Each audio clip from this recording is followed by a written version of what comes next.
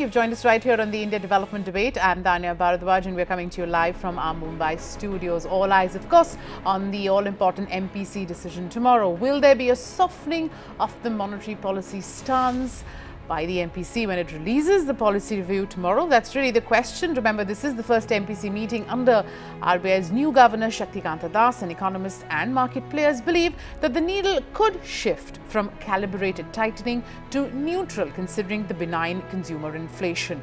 On the other hand, almost everybody is on the same page when it comes to interest rates that are unlikely to change. But even a shift in the monetary policy stance isn't going to be easy, given the inherent risks. You've got divergence in consumer and core inflation. That's a case in point. Add to that the pressure from the government's farm income scheme, which could force the MPC to take a more cautious stance. Also, with general elections fast approaching, the onus of ensuring fiscal stability vests completely on the central bank. So, what should we expect tomorrow from the Monetary Policy Committee when it unveils a bi-monthly review tomorrow? Well, that's exactly what we're debating on the India Development Debate this evening. And let me then cross over to the panel and welcome them on the show this evening. R. Gopalan, former Secretary of the Department of Economic Affairs and former Finance Secretary, is joining in on the show. So is HDFC Bank Senior Economist Tushar Arora. We've also got Dr. D.K. Joshi, Director and Chief Economist at CRISIL, and our Consulting Editor, Maithili Bhusranmath, is here with us as well. Good evening, and thank you to each one of you for taking the time out to participate in this discussion. Maithili, let me begin by asking you. An ET Now poll, doesn't show consensus over a rate cut tomorrow, but everybody agrees that we're going to see a change as far as stance is concerned. What are your expectations? Well, Tanya, every RBI governor has to do a tightrope walk between growth and inflation. But as far as Shaktikanta Das is concerned, he has to walk not just one tightrope, but another as well, because he has to come across, being a former bureaucrat, he has to come across as independent, but without being inflexible like his predecessor. At the same time, he should be flexible without being subservient. So Shaktikanta Das has the unenviable task of walking not just one tightrope, but two. But having said that, I think given the kind of macroeconomic scenario that we are seeing right now, there is a very strong chance that the rate cut will not happen right now, particularly because, as you mentioned, the budget is relatively expansionary, but there would be a shift in stance, because that would come across as an RBI being willing to be a little bit more pragmatic, at the same time not ceding ground completely given the uncertainties both on the economic as well as the political front. Tushar Arora, let me ask you. So, as Maithili says, a strong chance that we are going to see no rate cut, but perhaps a shift as far as stance is concerned. The other question that everybody's asking is that should the MPC focus on high core inflation or low headline inflation, both of which, seem to be sending us different messages?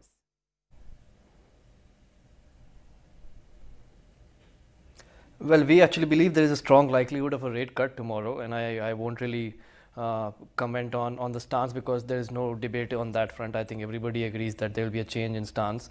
Why we are saying there might be a rate cut tomorrow? Because I think we are trying to see the equation very simply.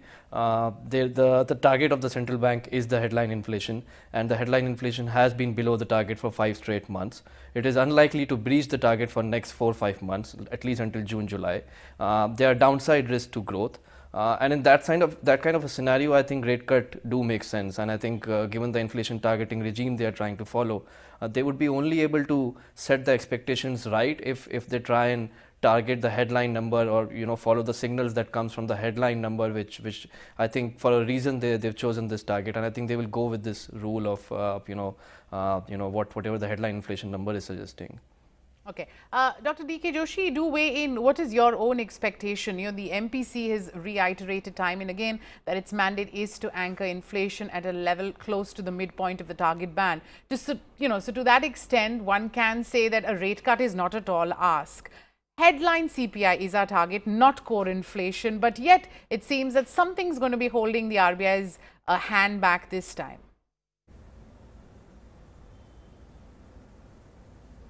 Well, I think that RBI will definitely change the stance, because changing the stance to neutral doesn't mean that they are ruling a rate cut. I mean, it means that you have complete flexibility of either holding it or raising it or reducing it. So right now, given the inflationary trend, I think it's better to be neutral than to talk of tightening at this juncture. Now, I think it's true that RBI targets overall inflation and not particularly core, but I think they also have to look at not the current inflation, but what the inflation is going to be in future. I mean, a couple of months ahead or maybe even a year ahead. And there, I think a persistently high core inflation does, in a scenario of a little expansionary fiscal policy, I think does create some risks. I'm not saying that that this is going to hold RBI. We are still factoring in about at least 25 basis point rate cut this year. I think they will be more cautious and watch for signals, and maybe the next policy is when they'll cut rates. Mr. Gopalan, let's talk about, an expansionary budget that's clearly going to sort of weigh in on the MPC's decision. It's one that promises to boost consumption, but how do you see it impacting the MPC's decision at the same time?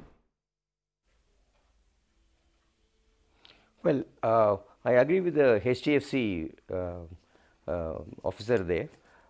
You see, the inflation is undershot so many months, and external issue as far as the Fed is concerned, they had shown that there is going to be a path for holding on to the rates, and crude prices will remain low because of the fraction, the shale industry in US, it's really increasing its production, for that prices are going to be low.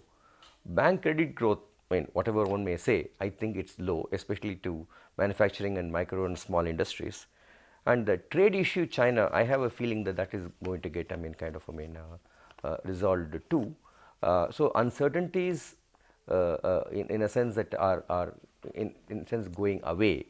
So I probably would feel that given the growth potential, growth path which we are following, and inflation being low for quite some time, one would look at a call for a rate cut at this point in time. Actually, next about 6-7 months, I don't see inflation, even whatever various considerations are.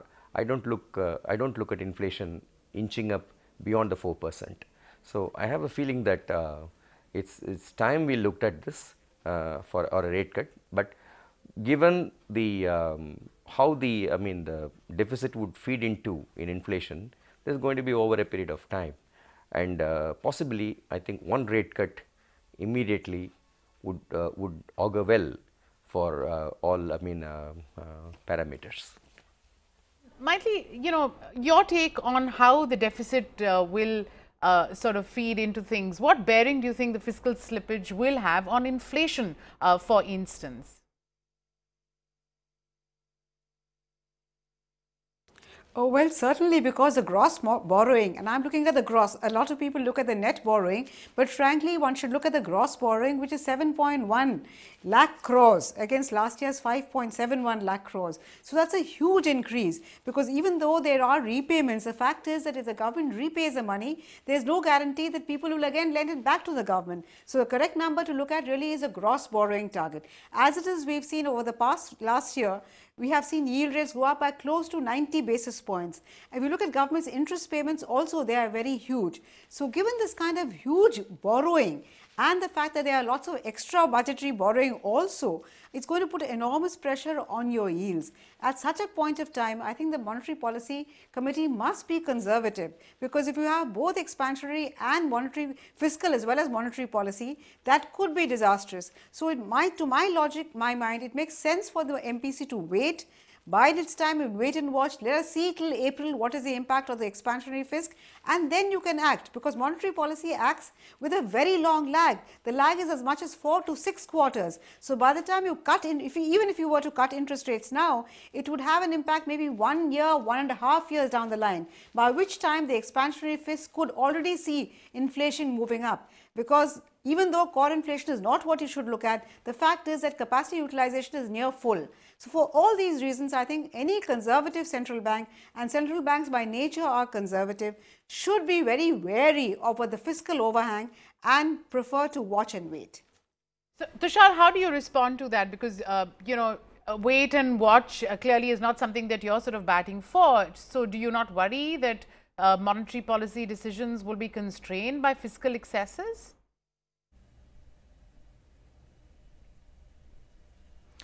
Well, fiscal expansion and fiscal equation is definitely one factor when it comes down to monetary policy. But I think the question we need to ask is whether the fiscal expansion like too much. We've just moved from 3.3 to 3.4, or it's not that we have been digressing the path too substantially, or it's a too sharp revision in fiscal consolidation path for us. We have not gone to 4 or 4.5% of fiscal deficit. So yes, it's expansionary, but it's not that expansionary that it would be a game changer for growth. And I think the other question we must ask is, are we changing our growth forecast in the market, or whether policymakers are changing their growth forecast just because the fiscal expansion has come? I don't think so. We are in fact, thinking of global slowdown. We are thinking of, demand moderation in the rural areas. So if there is no change in growth forecast, why do we think that the fiscal expansion is too substantial to really change the path for monetary policy? So yes, I think, the borrowing side risk is there, whether the banking sector or, the people who invest in bonds would be able to, reinvest the money that would come in. Those questions are there, and that might be, that might be one factor that might pull yields up marginally. But I think overall fiscal consolidation and fiscal roadmap has not changed very substantially that it would be a game changer for monetary policy equation. Dr. Joshi, do you want to sort of also come in on that, and add to that? You have things on the global horizon. For example, the US Fed has taken a decisively dovish turn in the past 2 months, clearly saying that global rates have peaked out. You've also got oil that now, by and large, is expected to sort of hover around $60 a barrel. So given that, do you believe the MPC can move, or at least, shift its focus a little bit more towards targeting growth in investments? Well, I think they try to balance the both out, but if you look at the inflation dynamics, the current inflation, low inflation, is largely because the food inflation is suppressed. Actually, it's negative. Now, is that going to be the scenario next year? Actually, there are being attempts made to raise the food inflation by MSP, etc., which are not working. Now, with consumption, this stimulus is going entirely into consumption. It's not going into investment. So it will definitely create more demand, I think, to the tune of maybe 30 basis point of GDP, I think, in the coming fiscal.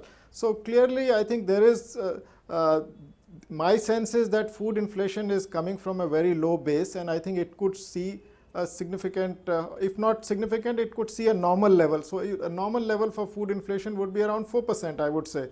And then you have core inflation at 5.5%. Put them together, I think you touch 4.5, so there is, I'm not saying that that should only be the consideration, but I think that can also play out, particularly if the El Nino forecast for 2019, there is the global meteorologists are already talking about El Nino playing out this year, and we've already had 3 normal monsoons. So I think if monsoons are also are bad, so to say, or subnormal, then I think there could be a somewhat push to food inflation, which would be good from the farmer's perspective, but not so good from the overall inflation perspective. So inflation, they could inch up. I mean, that's a possibility, and this is an election year, by the way. So the consumption boost is likely. Mr. Gopalan, there is a slowdown in China and parts of Europe. You've got the big Brexit overhang, and then you've got the US-China trade war, as you yourself sort of said, we don't know how that's going to play out. The fact is that India's economy needs an impetus for growth, and, private investment is slowing down. Do you expect Shaktikanta Das tomorrow to maybe strike a bit of a dovish note? I still believe that there is going to be a cut in rates. You see, look at even the PMI data for, what is the expectation for the month of March? It's lower than what, people have been, what the present numbers are. You see the industry, though the export orders in PMI have increased, there are other factors in the PMI have gone down, significantly for the month of March. And with the external situation being what it is, and growth, because of that growth, in my view, is not going to, despite consumption by 0.3% or 30 basis points, my guess is that even food prices, in the absence of MSP actually operating to buy those food items, I don't expect the food prices to go up that much, and therefore I still believe that the overall headline inflation is not going to cross 4% in the next about 6 months. And with the low growth conditions which are there, even from abroad, and what the domestic scene is, I still believe that conditions are ripe for a rate cut at this point in time. Now, I do believe that this consumption, in my view, is not going to act so much for the food items, maybe for other items. To that extent, okay, the core inflation may remain at this particular level, but I don't see the food inflation inching up to that extent to make an average of 4 plus. So, I still believe that there is a room for rate cut tomorrow, and a change in stance, but once again the Monetary Policy Committee is a better judge to take a call at this point in time. Maitli, the other point I wanted to talk about is the durability of the budget data, and I'm saying this because, you know, ever since every discussion that we've had on the channel, a lot of questions are being raised, and it forms a crucial input for the MPC, and clearly a lot of this data is sort of, it's suspect. Especially since, you could have a new government come in July and then sort of rework many of the measures announced in the interim budget. To what extent do you think this will also play a factor for the MPC to, take its decision? Oh, it's going to be very important, Taneia, because the fiscal numbers reflected in the budget at a glance documents of 3.4% for next year and this year's number also, they do not reflect the true extent of government's borrowing. If you look at the off-budget items, they are huge. It could possibly push up your fiscal deficit number by as much as 1 percentage point. So the number we're looking at, contrary to what Tushar is saying, is not 3.4 for next year, possibly 4.4, and that will increase your borrowing limit requirement considerably. Apart from which, let's look at what a cut in your repo rate were to do in case our MPC were to opt for that. It will definitely push up demand, whereas if you look at corporates, are corporates going to invest because of a cut in repo rates? Most certainly not, because no corporate is going to be investing now until we have a clear position as the political front is concerned. So till such time as the election results are in and we know what kind of government we are going to get, no corporate worth its salt is going to put any money on the table right now. So a cut in repo rate will not increase your investment, it will push up consumption at a time when you're already pushing against your capacity utilization limit. That would be a catastrophic thing to do for any RBI, which has very painstakingly built up its reputation as an inflation fighter. So even though, yes, there might be a case if there were no elections for a repo rate cut, at this juncture a repo rate cut would be disastrous, simply because it would only push up consumption without making any benefit whatsoever on the investment front. No corporate will invest until such time as we get a clearer picture of what kind of government we are going to form. Tushar, I have time for just, two last questions. So I want to ask you also about, the RBI board meet that we know now has been moved to the 18th. That's going to take a call on the transfer of interim dividend. Now, the government is seeking 28,000 crore for this fiscal. Do you see the central bank here being the savior?